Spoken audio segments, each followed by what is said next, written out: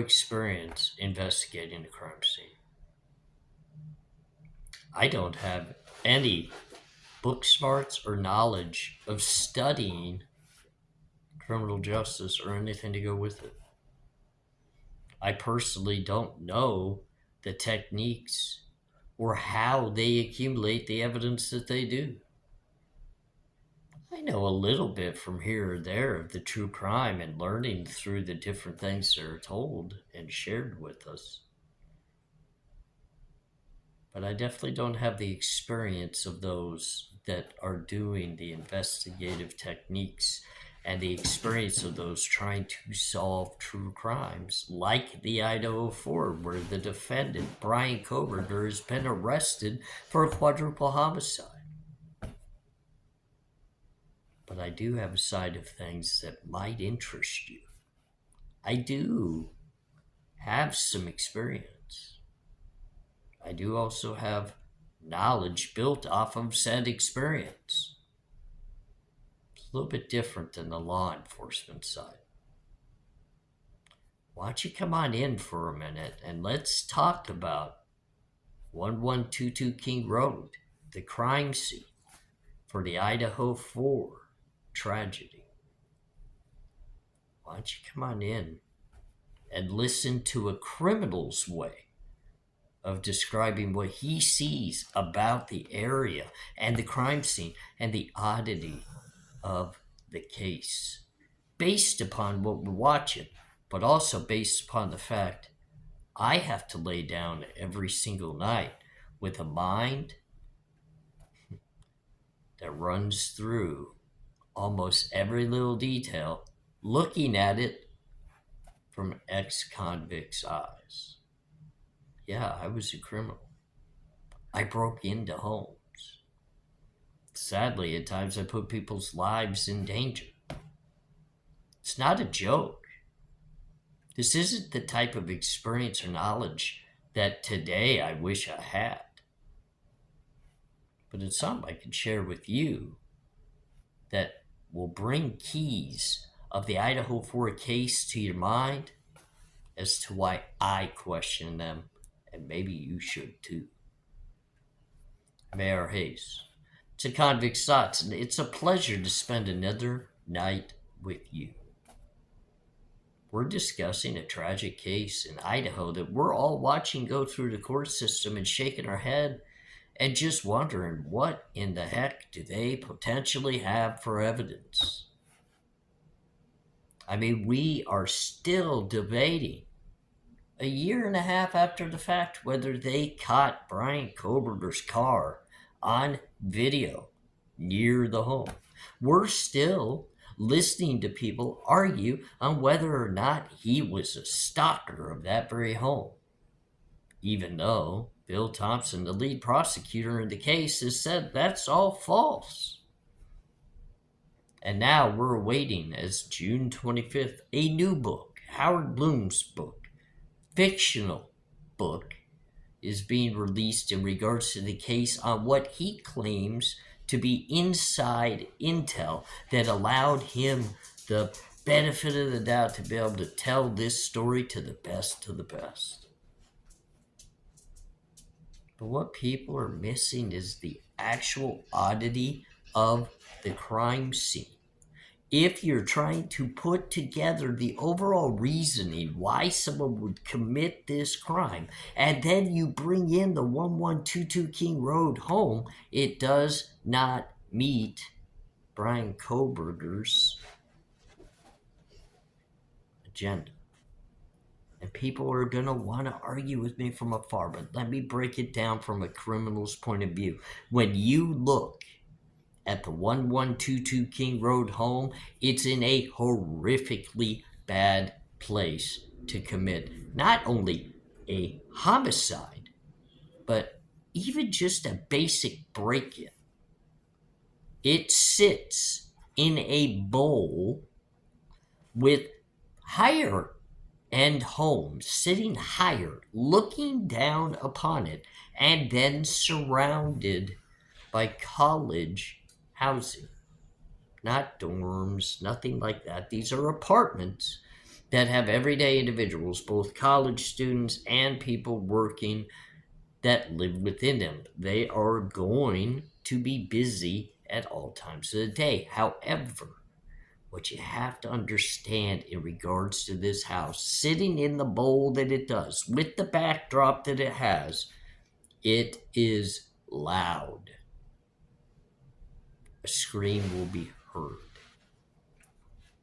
And for the right individual that would have to be planning this type of crime, because this is not the type of crime, in my opinion, in my background experience, that just happens on a random whim. It just happens to be on family weekend at the university, big game weekend at the university, the one and only time that there's no party happening on the weekend at that house. And oh, yeah, by the way, Kaylee just happened to be unexpectedly back into town after literally moving out of the home and not wanting to come back. This would have been a loud situation. 4 people's lives taken, and everybody still wants to look and say, but they were asleep when it happened. Were they? Were they really? Because I think it's starting to get proven they weren't. But in regards to this home, to commit even a break-in, you would have to know the ins and the outs of this home. And the reason why I say that, one, it's not the easiest of homes to approach without people noticing it. Sure, you can come in the backside of that home, but in my views of it, it's terrain that is downhill going towards the house, and it's getting colder, slicker. And guess what? You did it in the middle of the night when it's quietest, and the leaves were on the ground. It's not like these college kids went out and raked up all the leaves in their backyard. You got old, crunchy, cold leaves that have been there for a while, and you will crunch them walking to the home. And I guarantee you, you've got 6 people living in that house that could potentially hear your footsteps. How did you know the back door was going to be wide open for you to walk in? Did you come prepared that if it wasn't, to break into it? That's just more stuff you have to carry in and out of a home, that you're literally there to commit a homicide. Because remember, ladies and gentlemen, this is now turning away from a stalking situation where he potentially was interested in one of the females in a negative sexual way. This is now becoming that this is what he wanted to do in life. This is what he was interested in, killing. This isn't the home that's best set up for that, because also remember, ladies and gentlemen, each and every single door in that home has its own locking mechanism. And we learned Xanda's father had just come and replaced hers, because in my mind, the other reason why that would happen is he felt as though, based off something Xana told him, there was risk. I could tell by that sliding back door after the fact that there was something wrong with that door to where it won't close and lock on its own, or simply by putting a rod down in the base, because even when the officers decided to lock it up and leave, even though they had security on site at all times, they had to use the bar stools to blockade that door. Doesn't make sense. Something was wrong with that back door. And I believe whoever committed this crime, or whoever's, knew that back door didn't work. But for some reason, I potentially believe the front door also is a key to this crime. Remember, you have a person that states that in the morning walking by, just shortly before when Brian Koberger supposedly came back to the scene at 9 a.m., and that would, if that was true, we would already have a full, clear vision of his car. A daytime vision, not nighttime, not grainy, a daytime vision of that car. We haven't seen it. Didn't get released even as a bolo, so they don't have it. Meaning he potentially was not back in the area the next morning at 9 a.m. And if he was, he wasn't in his own car.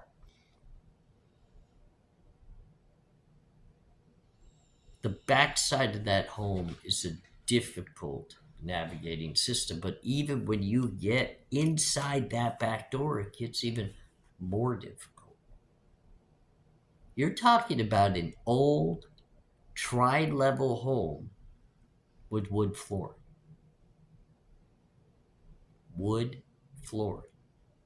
And it's even more dangerous in this home as even a person just coming in to break in, because you're going up and down wood, old flooring stairs. And the person that showed up this night to commit this crime would have known that. Otherwise, they wouldn't have gone up the stairs. They would have immediately attacked the second floor doors, because they evidently got Ethan and Xana. So they did know they were going to have to go up those stairs. And there's no way to keep that quiet. None. You could walk in your socks at the slowest of pace, and it's going to creak. Now you also have to think, if you have to utilize that front door, that's a whole nother set of stairs to make more noise.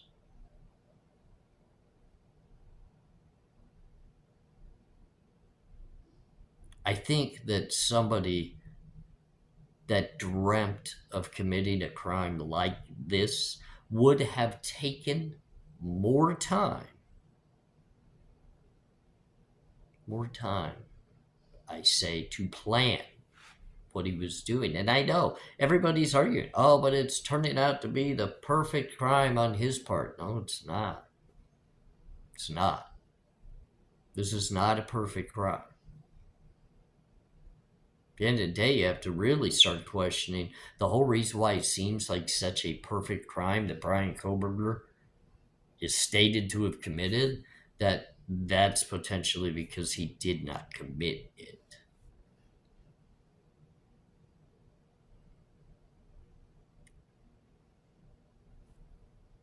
That second floor of that home, based off my criminal experience, just the second floor of the home by itself is the most important part of this crime scene.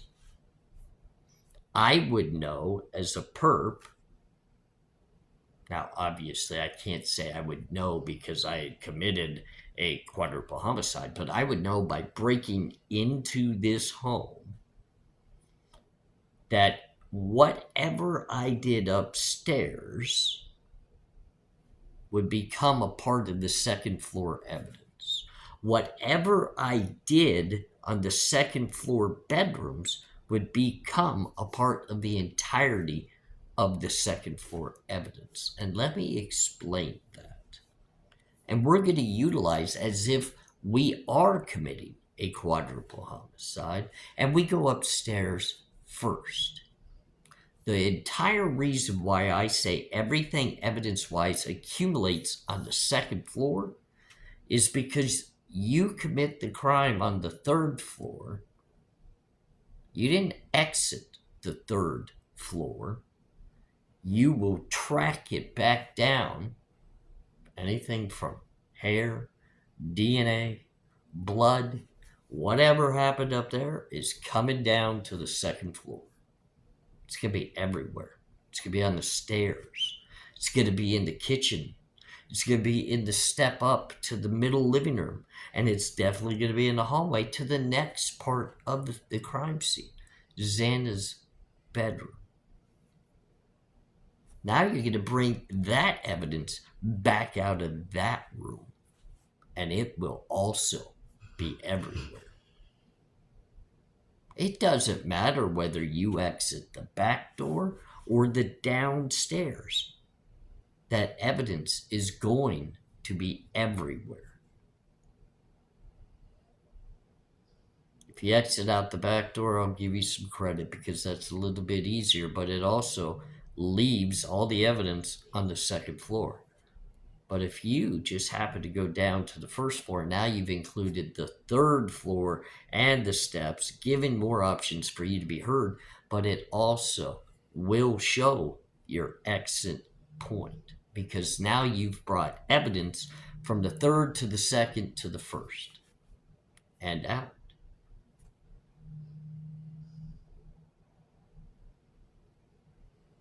As a perp, you have to know these things. You have to know your surroundings of not only outside of the home, but the people that could potentially see, hear, or just happen to bump into you outside of the home as you're trying to get away. You have to know all of that so that you can detail that out. It's more important to know the surroundings than the actual inside of the home, because if you were going in to commit a crime like this, you're planning on devastating everything within that home and taking everybody's life. Nobody's going to know you were there. But wait, he left 2 people alive. That doesn't make sense to me to this day. Doesn't make sense to me. Because you would have to know in the entire... If people are saying that this was his lifelong building up to moment, he would have been stalking that home. He would have been in that home before. He would have known the people and mingled with many. Because this is his lifelong dream. He's got to know exactly who, what, why, when, where. Brian Koberger seems to be a very, very, very detailed individual. Very detailed. I'm the same way. Let me tell you, I used to be able to tell you how many steps it took me inside of a home to do what I needed to do. I could recount those steps even after I left because that's how detailed I was. I believe Brian Koberger is too.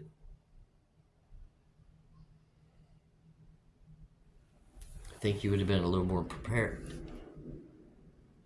I don't think he would have taken his shower curtain out of his own bathroom to utilize within his car and then just dumped the shower curtain. That way, when investigators, if they did come search his apartment, would see that that was gone, and that would become a question in many of the crazies' minds on whether he wrapped his car in a shower curtain when he could have just gone to Walmart and bought one for $1.50.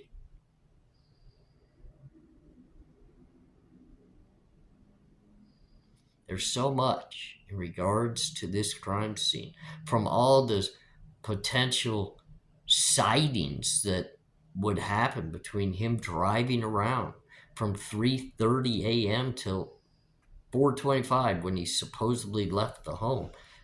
He would know he would be seen. Are people legitimately thinking that whoever committed this crime didn't know the area, did not know the crime scene, did not know the people in the home? So was it the home that was targeted, or was it the people? Because either way, if you go with law enforcement's statement, it was either the home or it was the people that were targeted. Wouldn't you have to know the home if you were targeting the home? And wouldn't you have to know the victims if you were targeting them? So which one is it? because from everything we've been told, and I keep rummaging through this as an ex-felon, if I don't know the people, then it's a simple break-in, ransack, and I'm targeting the home, and there's something in the home I want, and I'm gonna get it, and I'm gonna be prepared to do so, and I'm not gonna do it at a time that I know everybody's in the home. Come on, it's 4 o'clock in the morning. Every room would be taken, and there would be potentially people sleeping in the living rooms. Why would I pick that time to target the home if I wanted something from the home? But then you have to ask yourself, if I was targeting a person, why do I do it with so many others around at a time I would know they were there?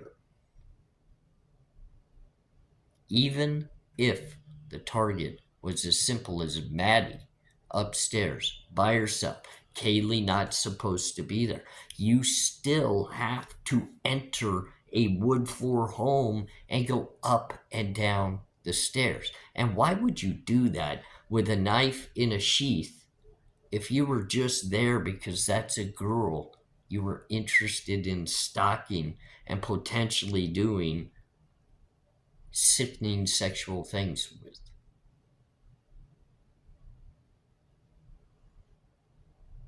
You still have to come back down the stairs after the fighting transpires upstairs and everybody should hear. You still have to come back down the stairs.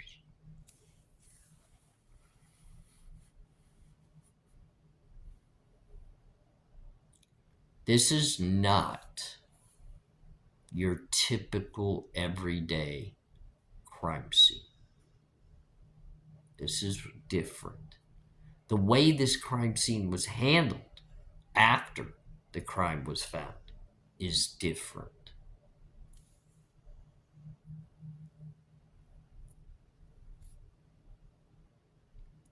Something very weird about the entire story is driving me nuts because I, utilizing a criminal mind that would go step by step in committing a crime, can't even figure out what would potentially make this crime and crime scene make sense. Like, I'm trying to put it together. The only thing I can come down to is more than one person,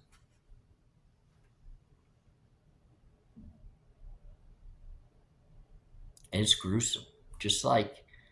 Just like law enforcement stated, including Mavin, this was a bloody, gruesome crime scene. That means it was everywhere on that second floor. Yet, when the phone calls went out for people to come over to wake up Ethan, none of that was seen at noon. The windows weren't blacked out, ladies and gentlemen. Not in that living room. We saw the lights go out on the body cam footage from Banfield. We watched the light go out. We know the windows were not closed. We know that. So how do you not see the carnage? How do you not know it? Just by smell. Just by smell.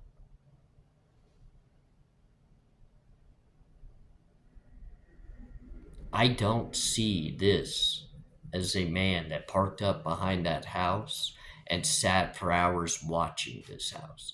I don't feel stalker in this case. I don't feel a overzealous first time want a life chance a quadruple homicide. No. It's too big for that. It's too big for that. And the crime scene says that. There's something in that crime scene that gives away far more details than what people know, whether it be writing on the walls, whether it be something that was left to make a point. I'm not talking about the knife sheath. There's something about that home that gives away the details. I hope one day we learn what it all is, because my mind won't quit racing when it just comes to the thought of the crime scene. Mayor Arhayes, thanks for joining me as I spoke a few more words. Next, I think we'll do one more video tonight. We need to talk judges, kind of like the Delphi case, and the judge over there that's nuts. Have a good night. Talk to you again soon.